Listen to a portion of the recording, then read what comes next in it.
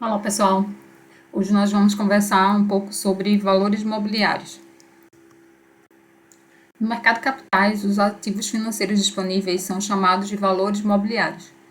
A gente tem na Lei 6.385 de 76 algumas definições para o que seriam esses valores imobiliários, porém o conceito era bem mais restrito. A Lei 10.198 de 2001 procurou ampliar o conceito de valor imobiliário com o intuito de abranger boa parte das modalidades de captação de recursos públicos. E aí, de acordo com a definição dessa lei, são valores mobiliários quando ofertados publicamente quaisquer títulos ou contratos de investimento coletivo que gerem direito de participação, de parceria ou remuneração, inclusive resultante da prestação de serviços, cujos rendimentos advêm do esforço do empreendedor ou de terceiros. Aqui a gente destaca o artigo 2 e são listados alguns dos valores imobiliários que estão descritos na lei. Então, a gente tem desde a parte de ações, certificados de depósito de valores imobiliários, debêntures, notas comerciais, dentre outros. É importante destacar que vai excluir-se da lei os títulos da dívida pública federal, estadual e municipal e os títulos cambiais de responsabilidade de instituições financeiras, exceto as debêntures.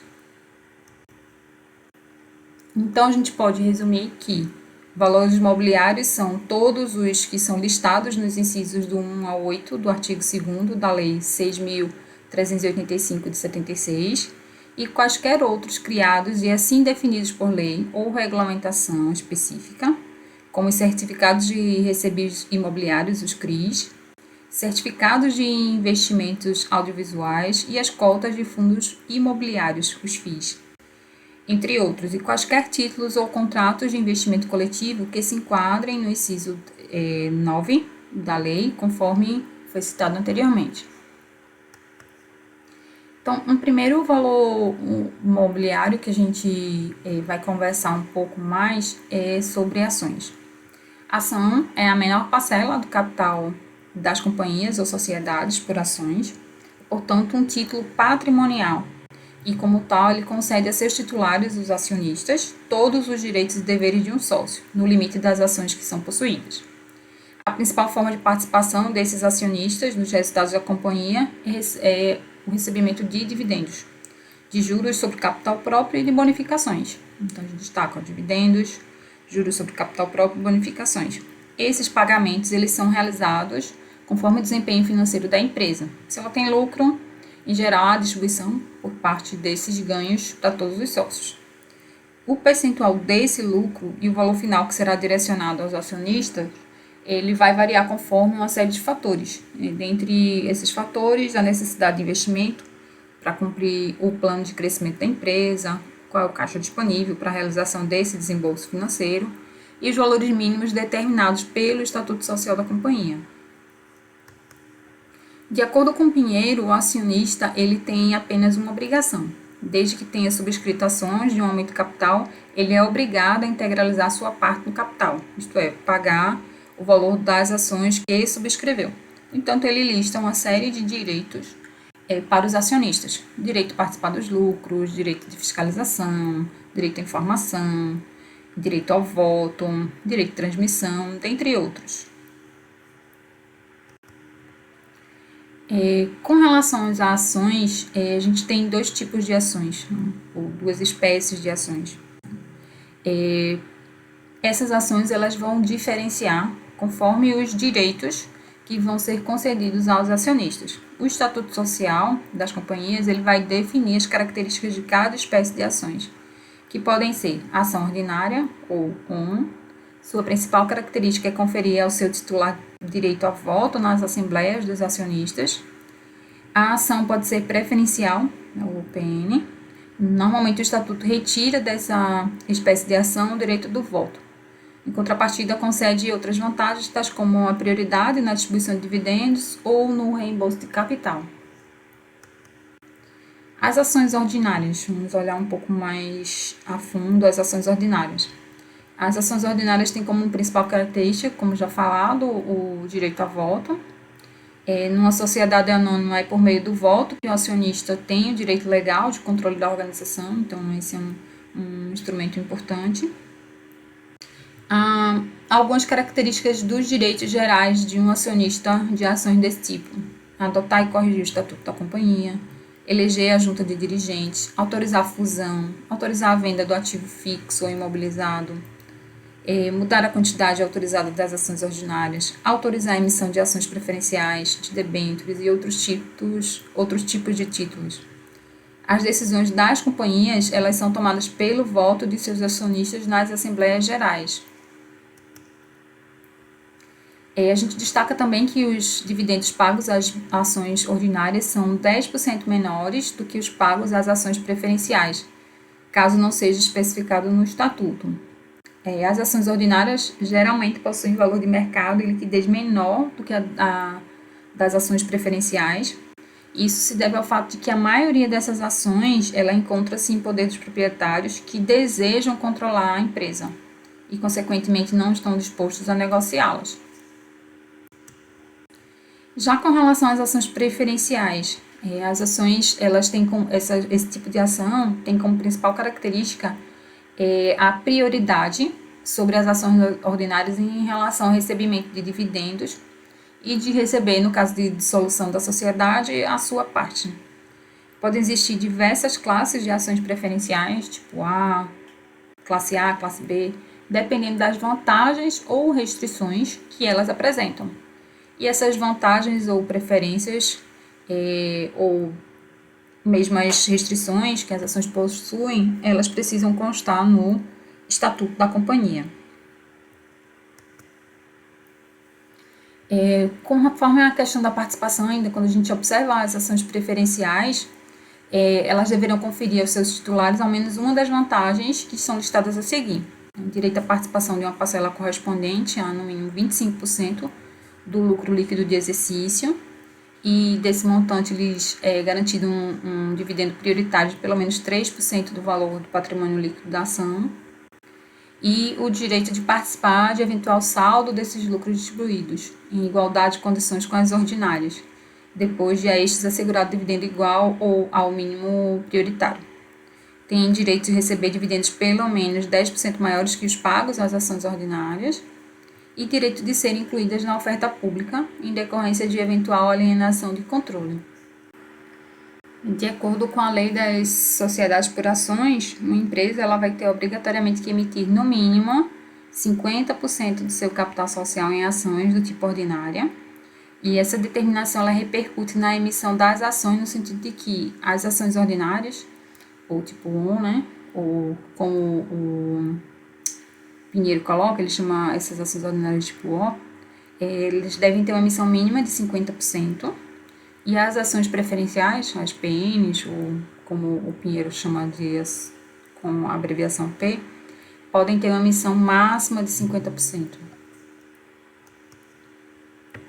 O Pinheiro nos apresenta também o conceito de units, uma alternativa híbrida para negociação na Bolsa de Valores. As units são certificados de depósitos que podem combinar diferentes tipos de ativos para negociação em conjunto. Então, dessa forma, mais de uma classe de ativos pode ser comprada e vendida no mercado como uma unit. Os ativos são negociados por lotes e ou unidades, e cada unidade contém tipos diferentes de ativo. Então, por exemplo, uma unit pode conter 2 ações preferenciais e uma ação ordinária. Pode ter configurações diferentes aí, contanto que ela tenha combinações de tipos diferentes de ativos. As units são ativos compostos de diferentes tipos de valores mobiliários, portanto, não são ações, mas um pacote de vários ativos. Quando a gente pensa em ação, também a gente pode pensar nas classes das ações. Durante a emissão, as ações elas podem ter diferentes tipos de classes, em função dos objetivos específicos a que se pressupõem ou restrições quanto à sua posse. Cada classe reúne ações cujos titulares têm os mesmos direitos e restrições, e algumas recebem as letras para diferenciá-las. Então, pode ser tipo A, classe B, classe C, etc. O Pinheiro nos traz algumas definições com relação à questão do valor de uma ação. Então, como é que a gente pode observar o valor de uma ação? Então, ele apresenta várias perspectivas com relação à questão do valor. Então, o primeiro conceito que ele nos traz é o conceito de valor nominal. É o valor facial de uma ação, quer dizer, aquele que é estabelecido pelos estatutos da companhia e que vem impresso na ação.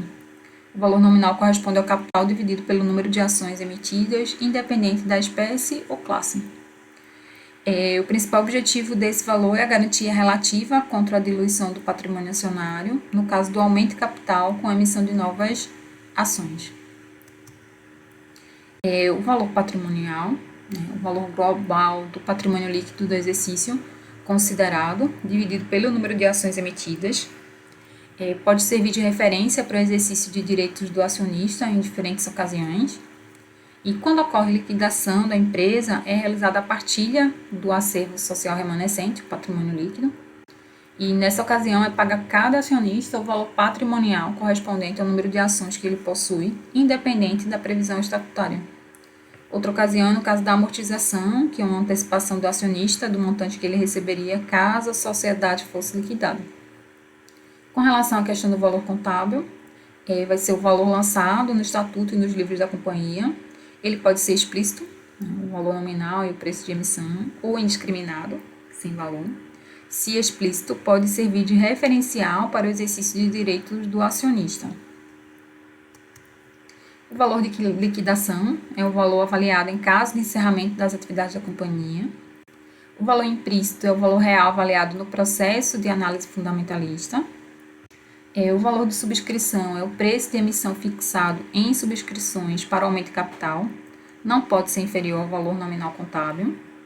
E o valor de mercado é o valor que os compradores aceitam pagar e os vendedores recebem para fazê-lo em mercados que são organizados.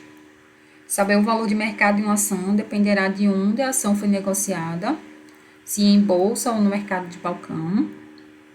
Se for em bolsa, basta consultar o prospecto de lançamento para saber o valor de mercado. Se for no mercado de balcão, não há meios práticos para saber exatamente o valor de mercado. E a cotação de uma empresa não precisa coincidir com seu valor nominal, nem com o valor contábil, nem com o de liquidação. Em certas ocasiões, o preço das ações não tem nenhuma relação com o desempenho da empresa. É bem oscilante.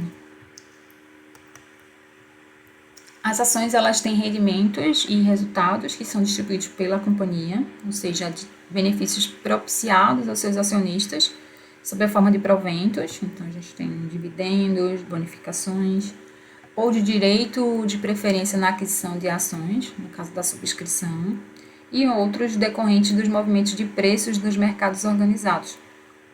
Quanto à rentabilidade do investimento, independente da valorização ou da desvalorização das ações nas bolsas, as ações podem propiciar benefícios aos seus possuidores, ligados aos resultados da companhia e à comercialização das ações, no caso, o lucro da venda. Aqui a gente destaca os resultados da companhia, a gente pode observar a questão dos dividendos, bonificações, alterações no valor nominal, juros sobre capital próprio, e a comercialização das ações, o lucro na venda pode ser nominal ou real, nominais quando não se relaciona com a inflação, ou reais quando se desconta a inflação sobre a data da compra, e pode ser positivo ou negativo. Os dividendos são valores representativos de parte dos lucros da empresa que são distribuídos aos seus acionistas em dinheiro, na proporção da quantidade de ações possuídas. Normalmente é resultado dos lucros obtidos por uma empresa no exercício corrente ou em exercícios passados. Esses valores, em geral, eles são creditados na conta do acionista, na sua corretora, onde ele tem a custódia das suas ações. O dividendo é uma parcela do lucro da empresa distribuída para seus acionistas. Quem recebe os dividendos está isento de pagamento do imposto de renda, porque a empresa já pagou tributos antes de distribuí-los.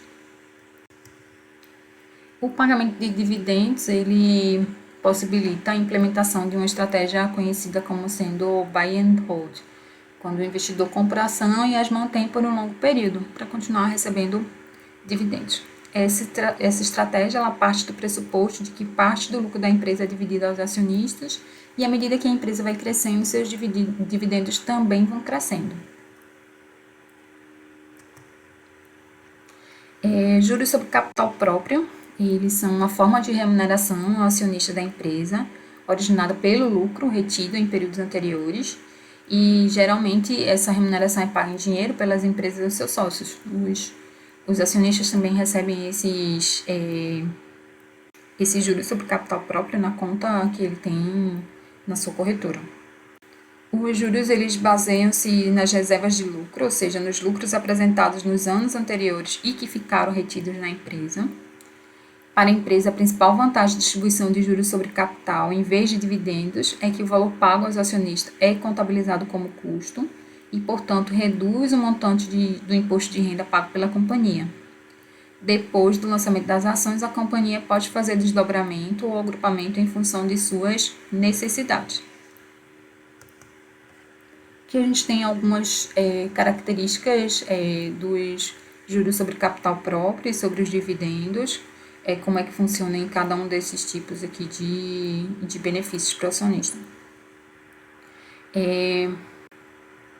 Com relação à questão do fundamento, né, o JCP existe a indisponibilidade de recursos para o acionista.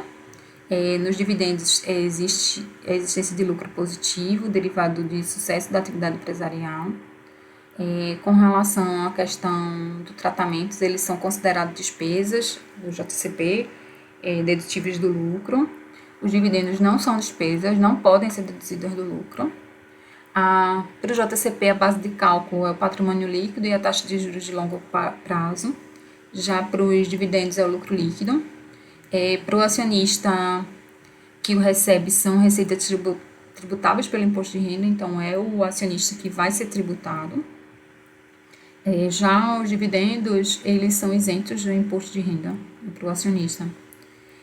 Os JCP, eles não são obrigatórios por efeito da lei, tratando-se a faculdade das empresas.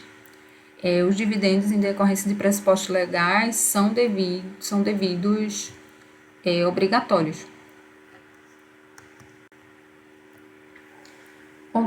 Outra classe de valores mobiliários, que a gente vai comentar um pouco, são as debêntures. As debêntures são títulos de dívida emitidos por sociedades por ações e que oferecem a seus titulares direitos de crédito contra a companhia emissora. A gente tem aqui a lei que definiu, né, as debêntures como sendo um dos valores mobiliários existentes.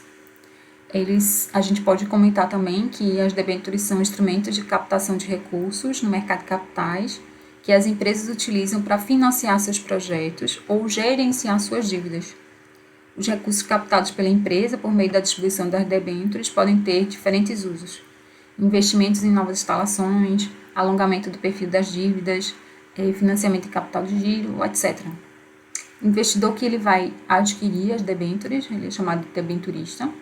Ao disponibilizar os seus recursos para serem utilizados pela companhia, ele faz jus ao recebimento de uma remuneração conforme condições que foram pré-estabelecidas.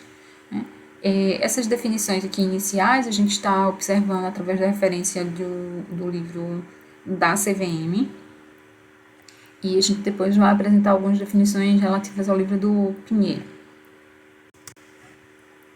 Ao adquirir debêntures, o investidor ele não está virando sócio da empresa, como acontece no caso das ações. O que acontece é que o debenturista ele está emprestando dinheiro para a companhia, que se compromete a devolver os valores emprestados e pagar juros por esta operação, conforme prazos e as condições previamente combinadas. Dessa forma, a debenture é um título de crédito privado de renda fixa, em que os debenturistas são credores da empresa e esperam receber juros periódicos e o pagamento do principal, correspondente ao valor unitário da debenture, no vencimento do título ou mediante amortizações, conforme estipulado em um contrato específico chamado escritura de emissão. Os debenturistas, eles são credores da empresa e são remunerados pelo investimento, né? Então tem juros fixos, variáveis, participação no lucro da companhia, prêmio, etc., nas condições que foram acordadas, né, e definidas na escritura de emissão. Além da quantia relativa ao valor investido, que pode ser recebida no vencimento ou antes, mediante a amortização do valor nominal da debenture. O vencimento da debenture ocorre na data fixada na escritura, que pode variar conforme as condições de emissão, podendo a companhia estipular amortizações parciais de cada série, bem como se reservar o direito de resgate antecipado, parcial ou total, dos títulos da mesma série. A gente tem, no entanto, um título especial de debênture, que é chamado debênture perpétua, que não possui data de vencimento pré-estabelecida e que paga somente juros, porém por tempo indeterminado. Caso previsto na escritura e com a concordância dos debenturistas e da companhia, as condições definidas na emissão elas podem ser repactuadas. E o primeiro traz uma definição importante para a gente de debêntures de infraestruturas ou debêntures incentivadas. São títulos emitidos por empresas que buscam recursos para financiar obras de infraestruturas, que foram criados em 2011, para fomentar o mercado de financiamento privado de longo prazo. Para atrair investidores, o mercado isentou a tributação desses títulos. Portanto, elas são isentas de imposto de renda, do IOF, que tornam essas debêntures atrativas para o investidor que deseja aplicar, pagando menos taxas. E pela característica do prazo, muitas dessas debêntures incentivadas oferecem uma remuneração atrelada à inflação. Elas pagam uma taxa de juros pré-fixada, mais a variação de algum índice de inflação, o IPCA é o mais comum. E por isso esses papéis eles são interessantes para quem quer proteger o poder de compra do dinheiro. Aqui o Pinheiro apresenta algumas vantagens e desvantagens das debêntures, né? Dentre as vantagens, a questão da rentabilidade atrativa, a isenção de imposto de renda por causa das debêntures incentivadas, as taxas e a diversificação na sua carteira. Dentre as desvantagens, existe sempre o risco de crédito, o risco de mercado nas repactuações, a questão da liquidez e os prazos que são longos. São investimentos de longo prazo. Outro valor mobiliário é o que a gente chama de nota promissória, ou commercial paper. É um título de crédito que representa uma promessa de pagamento do emissor, do devedor, a determinado favorecido, que é o credor, de certo valor em certa data. É um documento negociável, representativo de uma dívida ou direito a receber. Pode ser emitidas como simples promessas de pagamento de uma dívida, como garantia de contratos de empréstimos ou também para captação de recursos financeiros pela empresa.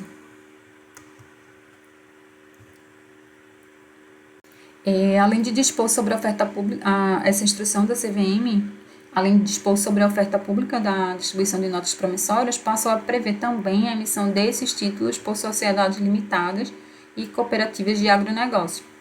As notas promissórias são títulos emitidos publicamente por sociedades por ações, sociedades limitadas e cooperativas de agronegócio, que conferem a seus titulares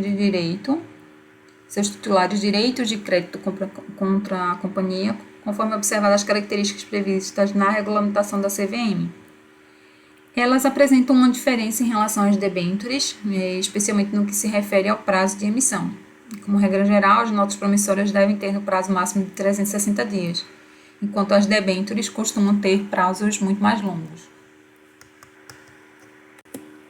Os fundos de investimento são condomínios constituídos com o objetivo de promover a aplicação coletiva dos recursos de seus participantes. Eles se constituem como sendo um mecanismo organizado com a finalidade de captar e investir recursos do mercado financeiro, transformando-se numa forma coletiva de investimento, com vantagens principalmente para o pequeno investidor individual. Os fundos, eles, por meio da emissão de cotas, reúnem as aplicações de vários indivíduos para investimentos em carteiras de ativos financeiros, disponíveis no mercado imobiliário e de capitais. As cotas desses fundos de investimento são considerados como sendo os valores mobiliários, conforme a lei.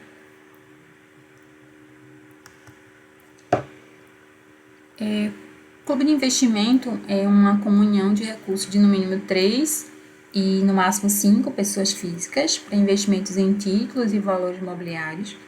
E, portanto, um instrumento de investimento coletivo no mercado de capitais, assim como são os fundos de investimento, porém ele é mais restritivo.